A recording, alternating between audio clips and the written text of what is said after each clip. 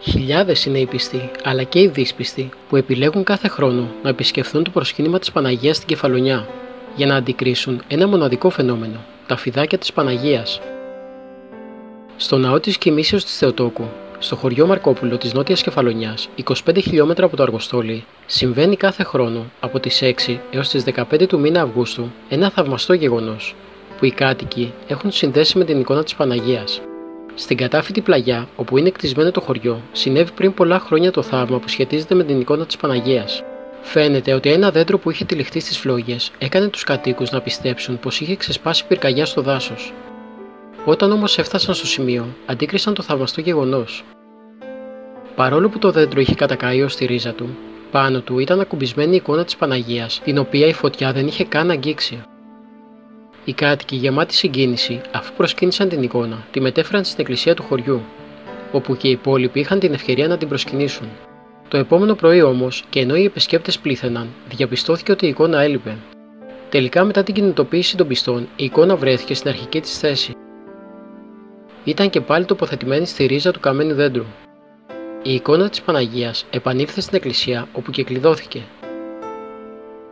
Το ίδιο όμως συνέβη 3 φορές ακόμη. Η εικόνα εξαφανιζόταν και βρισκόταν και πάλι στο καμένο δέντρο. Αυτό το γεγονός έκανε τους κατοίκους να πιστέψουν πως ήταν θέλημα της Παναγίας να βρίσκεται εκεί, και γι' αυτό έκτισαν εκκλησία στο σημείο και τοποθέτησαν εκεί την εικόνα της. Αργότερα στην περιοχή κτίστηκε γυναικεία μονή, οι μοναχές της οποίας φρόντιζαν την εικόνα.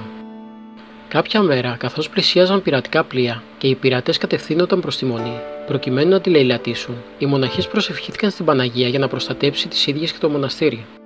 Τότε συνέβη το θαύμα.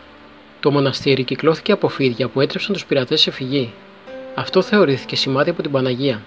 Έτσι οι μοναχές και οι μονοί σώθηκαν. Από τότε κάθε χρόνο εμφανίζονται φίδια ακόμη και στο εσωτερικό της εκκλησίας.